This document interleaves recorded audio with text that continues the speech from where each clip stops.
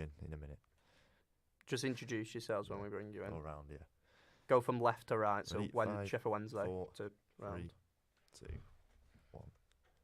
The World Cup is officially underway, Jack. Can you believe it? No, I can't, Dan, to be honest with you. It's usually I'm used to being sat in a bar and a pub in a beer garden, 25 degrees with a beer in my hand. It's about 4 degrees. It's absolutely freezing, but I'm still equally as excited for the World Cup. And will this World Cup hold a special place in our hearts? You know, it's the final one, perhaps, for Lionel Messi, Ronaldo, even Neymar, perhaps. So, you know, what do you make of that? Well, I feel like every World Cup you do get, big stars. It's going to be their final World Cup. I could say Neymar, it could be his last one, even though he's only 30 years old. He's come out and said this possibly could be the last one. And you're looking at it, Argentina, Brazil, Portugal, they're probably the three favourites going into it. That's probably the bookmakers' favourites. And, all the excitement coming down to this tournament, I mean, do you believe the opening game did it justice? There was certainly a lot of drama, but, what do you make of it? The first half hour did, and then it was the most drab 60 minutes of football I've ever watched. I couldn't believe it after 2 minutes. Obviously, that just played into the whole part of, the Qatar World Cup and it being hosted there with the VAR decision. But in the end, they did get to the right decision. Offside is a legal process. It's either right or wrong. And Enner Valencia, who would have had a bet on him? Apparently, he was over 100 to 1 to be the Golden Boot before the tournament started. Incredible, really. Let's hope the drama picks up and we have a few more talking points to move on to, in the future.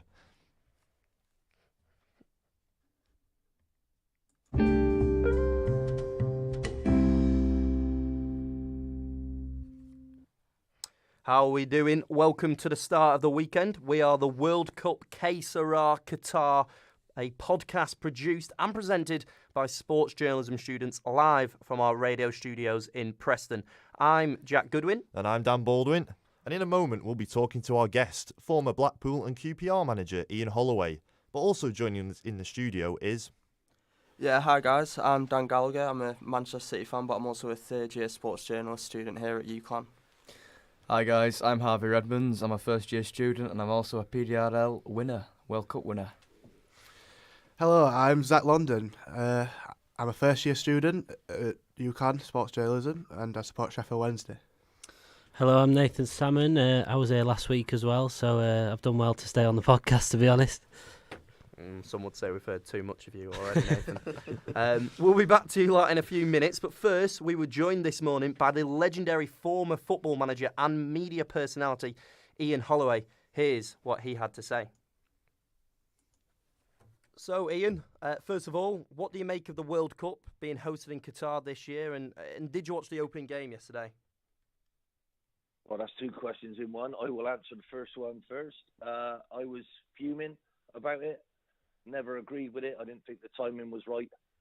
And obviously the country, what has it done to deserve to have this world stage there? I didn't agree with it at all. But now we have to get on with it, I'm afraid. Once a decision has been made, whether it's right or wrong, you've got to get on with it. So now it's just down to the football. So that's my first answer. The second one was... Say that. Were you able to watch the opening game yesterday? I missed it. I was doing a celebrity football match. I was in a dugout and Harry Redknapp was in the other one down at Bournemouth. So I missed the first game. I heard the radio describing the fact that Qatar were totally outclassed, looked out of their level and beaten by a very, very good Ecuadorian team. So unfortunately I missed it. It wasn't a surprise because I was half expecting that anyway. And here's the important question, Ian. Who won, you or Harry Redknapp? Unfortunately, Harry did his normal magician stuff and Jamie O'Hara scored a hat-trick. Oh. And I had no one like Jamie O'Hara. He scored 2 from outside the box, absolutely brilliantly. So I was a little bit stitched up, but I thoroughly enjoyed it. We lost 5-3 in the end. Well, Holloway's heroes. But it was fantastic. I have to say, Callum Best, it was for his charity. It's fantastic what he's doing. Nakoa is called, and his children who've been brought up with parents who are alcoholics. Well, yeah, that seems to be a fantastic cause. And just to follow up on the Qatar opening game, obviously this is an opener of a historic World Cup, but at half-time there were plenty of empty seats, with fans choosing to leave the stadium. What do you make of that from the hosts themselves, opting to not watch the rest of the second half? Are they really interested in football is the first question. Somebody in their country is, but as a population, are they? I don't think they are. So this goes down to a political nightmare. The top of football for years and years has been corrupt. They're trying to clean it up. As it worked, I don't think it has at all. And I think this just totally and utterly proves it. And we've all had to change our football to make it fit in with what they want us to do. It's just rubbish. But, as I say, there's millions of people around the world who would love to die to have a tournament like this. Maybe they haven't got the money to make air-con stadiums all around the place so we can all breathe nicely, but you walk outside and it's twice as hot as it was beforehand. So how can you prepare a team to play in that properly? So it was a very contentious decision all the way along. I didn't agree with it. I never agree with it. I've got a couple of letters at home where I was told to shut my mouth. And now you've asked me a question, and I'm trying to be honest. I think the top of football was corrupt. The amount of money that has been chucked at people to get this tournament over there must be ridiculous. Unfortunately, the people who need it the most will never see it. So it's just gone in someone's pocket somewhere along the line. That's a fact. And really, the game itself doesn't deserve this. The game, football itself is such a joy. It teaches you so much about life, and the more these business people get involved in it, the worse it gets. So, I've been at the bottom of it. I've been at the top of it. I've seen every level. I've played in every level. And all I can say is it's not what Bill Shankly thought it was. Just socialism.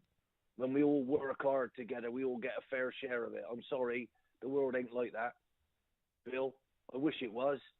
My dad had the same morals as you, but unfortunately, the rich keep getting richer, and it's totally corrupt. But let's just deal with it. Football is a wonderful game that everybody can play now. Ladies, girls, fully grown women, and they've actually showed us how to do it, haven't they? So we got to pull our finger out and win. They certainly do. Gary Neville, Alex Scott, Ashley Williams, these are all sort of pundits that have gone out to cover the Qatar World Cup, and they've come under a lot of criticism, Ian. Why? Well, a lot of people are saying they shouldn't have gone to the World Cup. A lot of people saying they should stand by the principles. Well, if you've got a contract to do something, you'll breach that contract. That means they won't have a job. And I'm sorry, whoever you are, you probably need a job. No one's ever got enough money, have they? Not in today's society. So, if you've also got morals to actually do the job that you have agreed on a contract. So I don't see it that way. It's strange how people, if you don't understand what a contract means, and you're contracted to do whatever that company tells you, you're going to be in breach of it. So, not everybody's like Ronaldo, who can come out and do a marvellous interview because he feels he's been wronged. Not everybody's in that position. So, for me, just let them go and do the job. The thing that's wrong is how UEFA and FIFA can actually order every country to, this is the World Cup, this is where it's being played, and you're going to play. It doesn't make sense. That's the problem. Don't aim it at the people who are basically just doing their job. It's the organisations that actually need to be looked at, shook up, and changed. There's an answer for you. Yeah, so we're just going to progress now to obviously England coming into this tournament.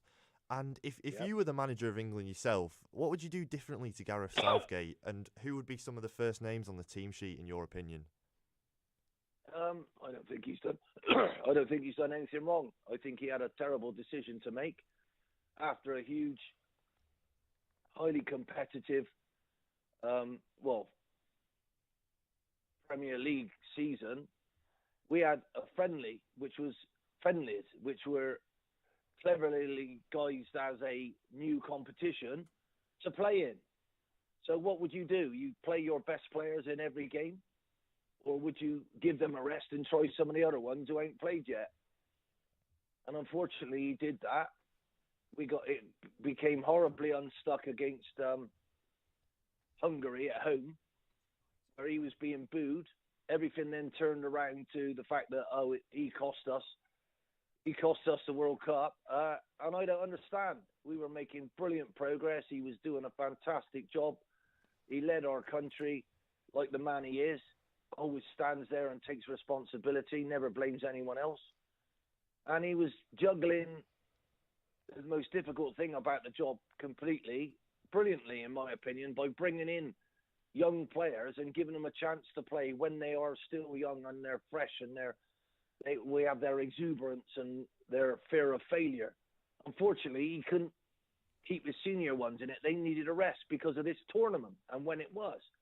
You could not have played Harry Kane over and over again in that to get us some wins against them. You had to do it. So it was just friendlies. And how we can turn on him like that and actually say that, our players are so good, we should have won that tournament. They actually missed the penalties. It wasn't him. They did. So that's still a progression. Yeah, I mean, undoubtedly he has a great track record, Ian. But a lot of people have criticised, saying he's a bit too pragmatic, perhaps a bit too defensive in his way of setting up the England side. And as a manager yourself, you were well renowned for kind of being quite an attacking manager, as seen yesterday with the 5-3 result against Harry Redknapp's team. Would you, if you had this England side, would you go out and play a bit more attacking? I wouldn't last 5 minutes. I wouldn't last 5 minutes because the fact is you have to win if you're an England manager. If you look at our next 3 games, the opposition don't get counted. If we don't beat Iran today, it would be a major problem. You know, they won their last game 1-0. Football is evolved so greatly around the world now. Nobody's mugs. If you're good players in your country, they'll go and earn a fortune somewhere.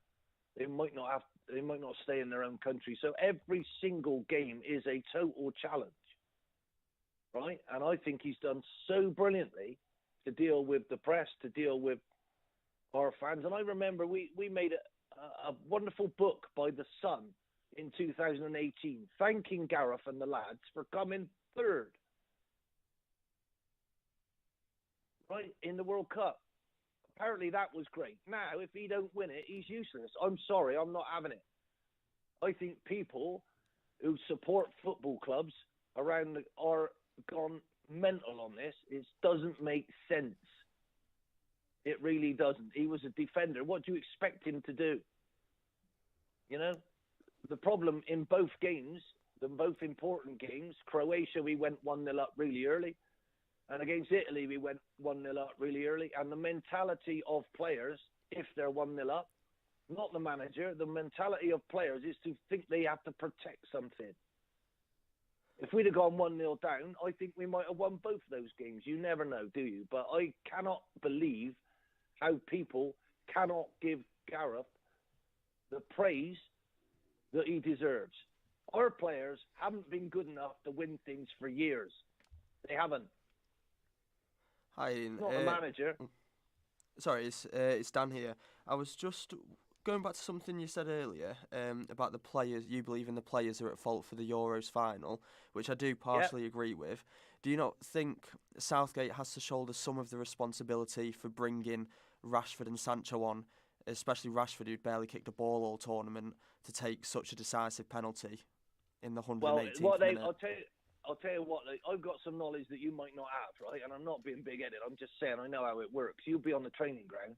You cannot replicate having to take a penalty in that situation, but they would have tried to practice that. And the most confident, cocky people, he tried to get on there, right, to take those penalties, to make sure that we won. He's missed one himself, a very, very important one. So he was trying to get it right. And he picked the most confident people, right? But confidence isn't necessarily what you need at the end of it. You know, you needed the timing of the game. I believe I believe substitutes miss.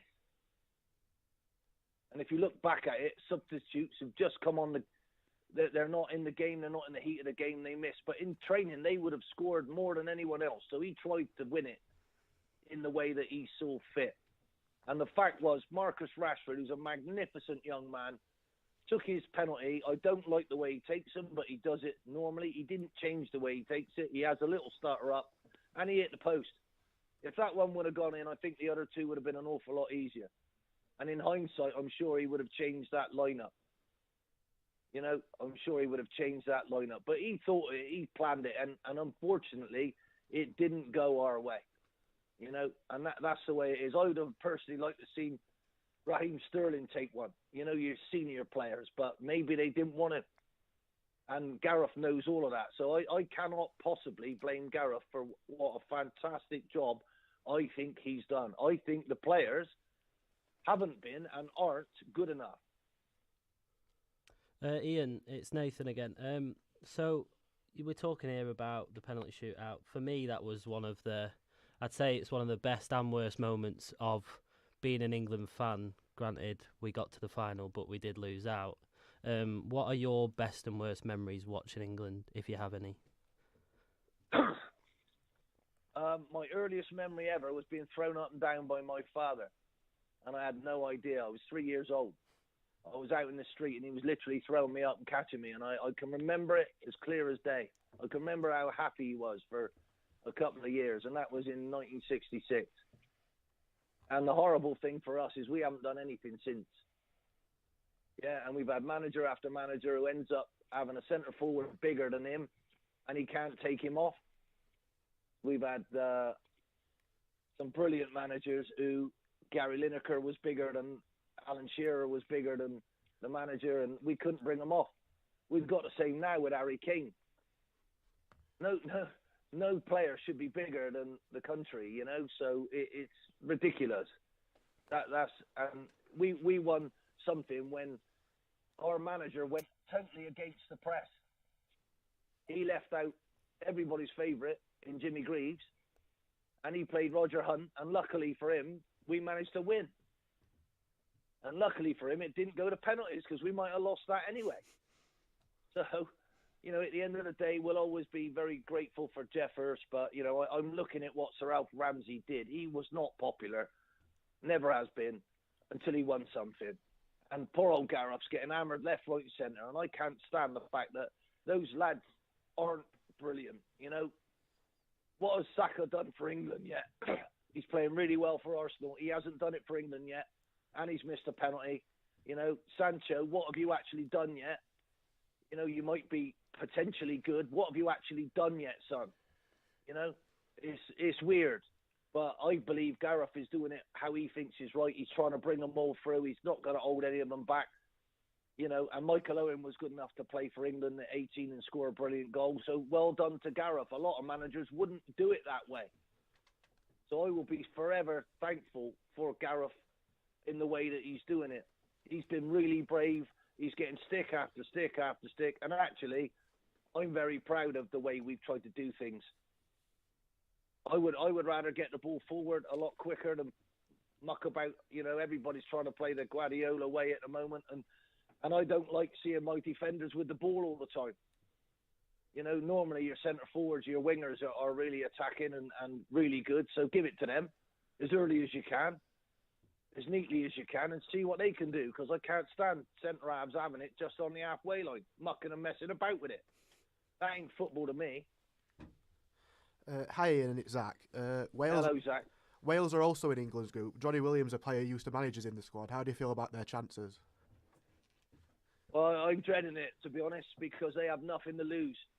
Everybody's celebrating the fact that they're there for, I think, it's 53 years, isn't it? Oh, isn't that brilliant? Well, why aren't we celebrating that we've just come second and we might win something? The difference is quite phenomenal in the pressure on the squads. But I think it's always been this way. I was looking at Italia 90 the other week, and the players there, they were doing interviews and saying how they wouldn't talk to the press because they were getting so much stick at home. I think this is how it is. So, you know, good luck to Wales. Not against us, obviously, because I'm English. But I'm very proud of them. I'm really, really proud of Pagey, what he's managed to do, how he's had to take over in the circumstances. And obviously with Gareth Bale, if he is fit and if he can play, wow, what he does for that national team is quite sensational. A bit like George Best used to do for Northern Ireland. Ian, we've just had some breaking news come through. Breaking news, good. This is brilliant. Yeah, well, breaking news. There's been a lot of controversy over the last couple of days because England and Wales have said they will wear the One Love armbands, and then FIFA have come out and said they might get booked. Well, England and Wales have just confirmed that they will not put the players in the situation where they might be booked or even forced to leave the field of play. What are your thoughts on that? Again, absolute garbage. This is why this country should have never been considered for this tournament. You know, and if you break it down, there will be wedges of money paid by that country to the and I wonder where it's gone. You know, I wonder where it's gone. It's another absolute travesty of justice. But let's face it, anybody in this world has a right to do anything they want, provided it doesn't hurt another person. So just get with it. You're miles behind where the world is today. You know, absolute nonsense.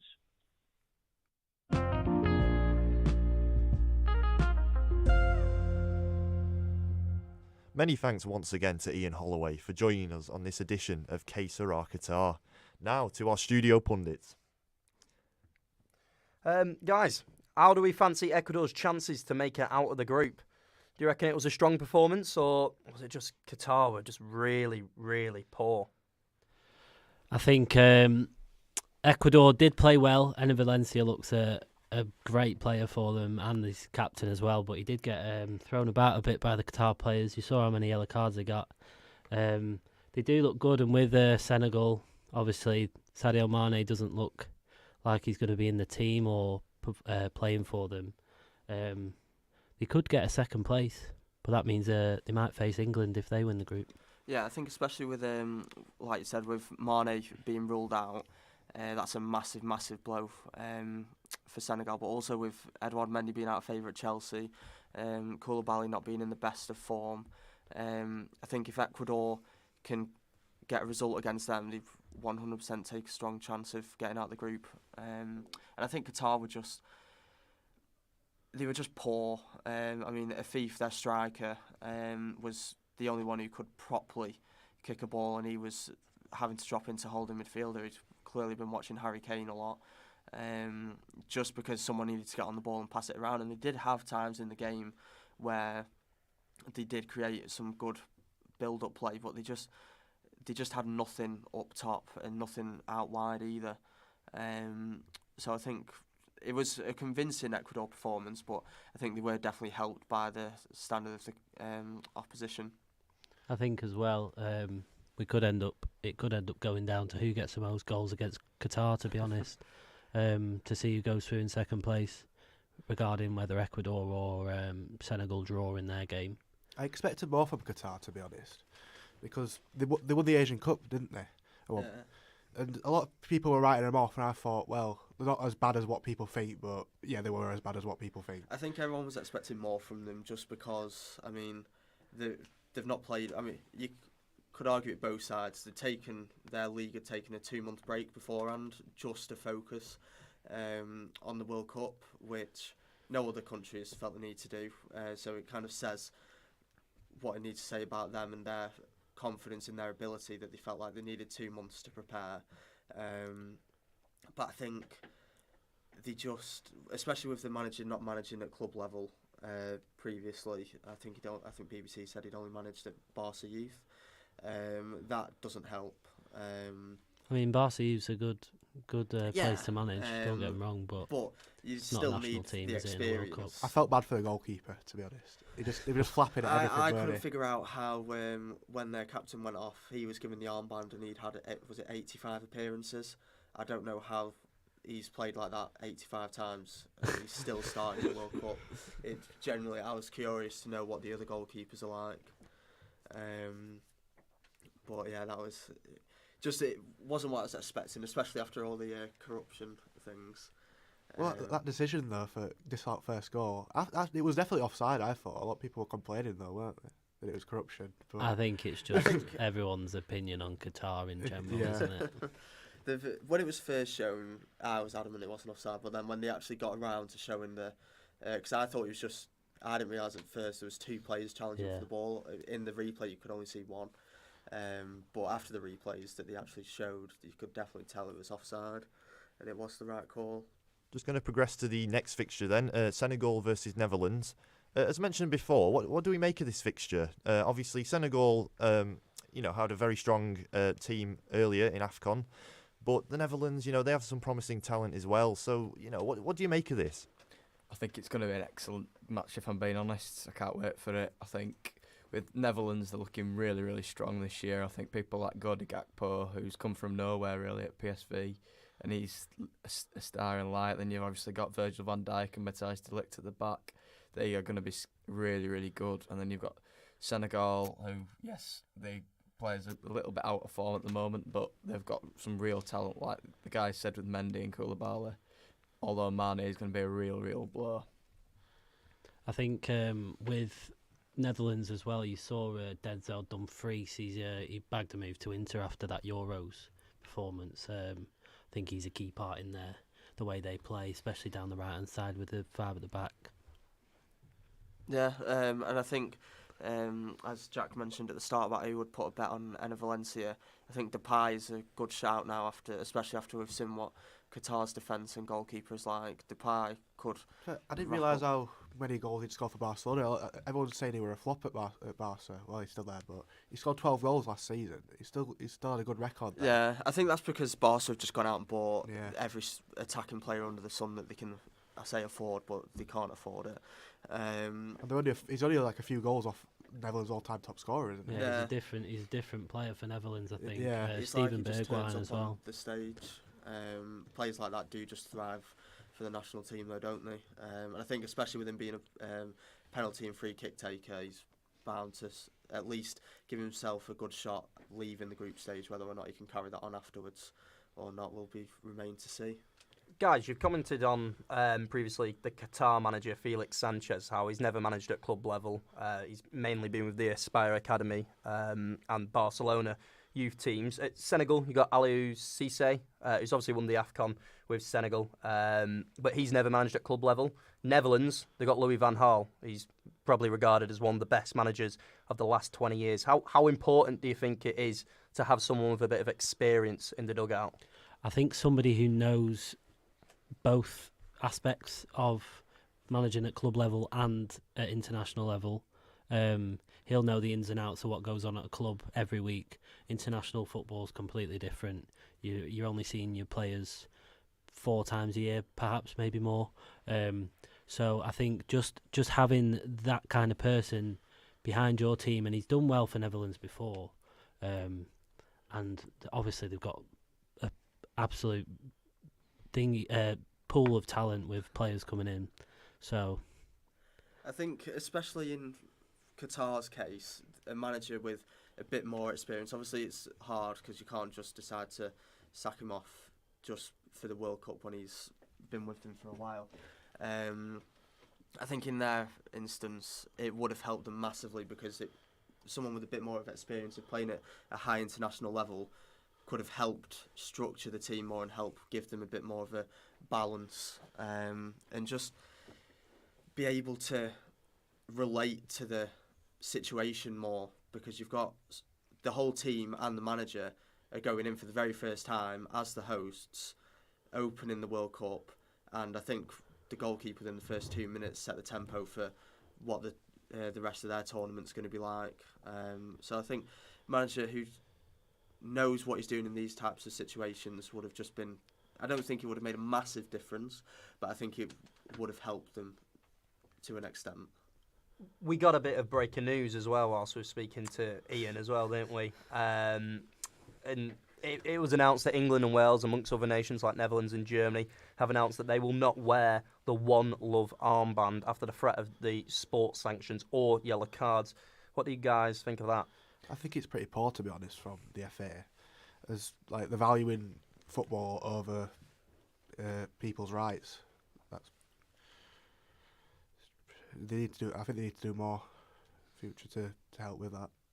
For me, I've got a lot of family members that are part of the LGBT community, so it's massive for me to actually originally to see Kane doing it, because my mum messaged me and sent me a picture of it and said, look, they're going to get fined, and I was like, well, this is not great. And for England to back down at the end and the other teams to back down, it's such a shame, because we want to kind of, the only way we're going to get better in some regard is by showing the Qatari people what it's like. It just, for me, it just makes every gesture now, here on out, just an empty gesture, because they will only do it if there's no negative repercussions. They need to make a stand, and like I said when we were talking about it before the podcast, even if it's just, obviously Harry Kane's the captain and he deserves to wear the armband, but if he does get booked, just let Raheem Sterling, if he starts the next game, he's obviously Henderson's the vice captain, but Sterling will be the most experienced player on the pitch. But as well, I think does it not show something if Kane was to get booked for the first 2 games and then he'd have to miss the 3rd game? Would that not show something that would go worldwide? It does make a statement as well, because they're showing that they're willing to lose their their soon-to-be record goal scorer. They're willing to lose him, having missed a game, just to make this protest. But they've shown that they're not willing to do that, which, again, for me, just proves that it is just an empty gesture from them. Now, in the short time that we have remaining, I think it's worth touching on Wales. We've obviously touched on England a little bit. And when speaking to Ian Holloway previously, he did say that Wales have essentially nothing to lose. So, how much will this boost them going forward against the United States in their fixture, especially having reached the first World Cup in 64 years? I think it's a scary position that Wales are in. From an England perspective, let's say, like you said, they've got nothing to lose, and they're not a bad team at all. They definitely could win the group if England perform slowly or perform like they have done in the Nations League. Gareth Bale obviously is a different animal when he plays for Wales. He scores free kicks, he scores penalties, he's the focal point of their team. He's like the Lionel Messi of Argentina, but for, let's say, a smaller nation. But at the end of the day, they could surprise a lot of people, and they've got some great players. And I think that's the key point, especially because in the build-up to the World Cup, I've been thinking whether Gareth Bale can still produce that bit of magic. But we saw it. We saw him do it a couple of weeks ago when he got brought on in the extra time, and he scored that equalising header, I believe. Yeah, in the MLS Cup final. Yeah. So he proves that even though he is in America, that he does still have that bit about him, and he can still perform on the biggest stage. And then we've seen that Kiefer Moore has said that he can't wait to knock England out. So they're all going to be pumped for it. And like you said, they've got a lot of time to lose. Would any of that Welsh squad make the England 26 or England starting 11? I think Bale gets in there. Starts? You could say so. He's in the Premier League in the past. He's done well. When he came back to Spurs, he played and he got some assists, and some goals as well. So I think he could get in. Anyone else, I'm not sure, but it's not necessarily the quality of the player; it's how well the team does. Ben Davies, does he not start over Harry Maguire? Oh, probably, yeah. I'd say that. But then again, I think there's players that should be starting for England that maybe aren't over Harry Maguire.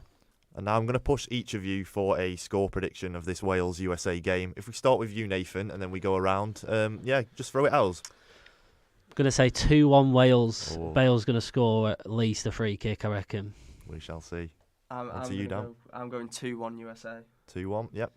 I think it's going to be 2-1 USA as well. I mean, yes, I might be a Leeds United fan, but I just think that they've got a lot of quality, like Christian Pulisic as well. So it's going to be a cracking game. Can't wait for it. I'm going 1-1. It's going to be the common opener where it's just so tight. Goals.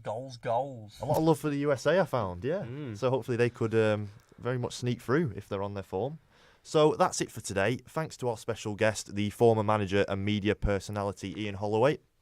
And thanks also to our pundits here in the studio. This podcast was produced and presented by sports journalism students at University of Central Lancashire in Preston. If you liked it, you can follow us on Spotify and share it with your friends. Thanks for listening, and we'll be back with you tomorrow with a special guest of Neil Critchley.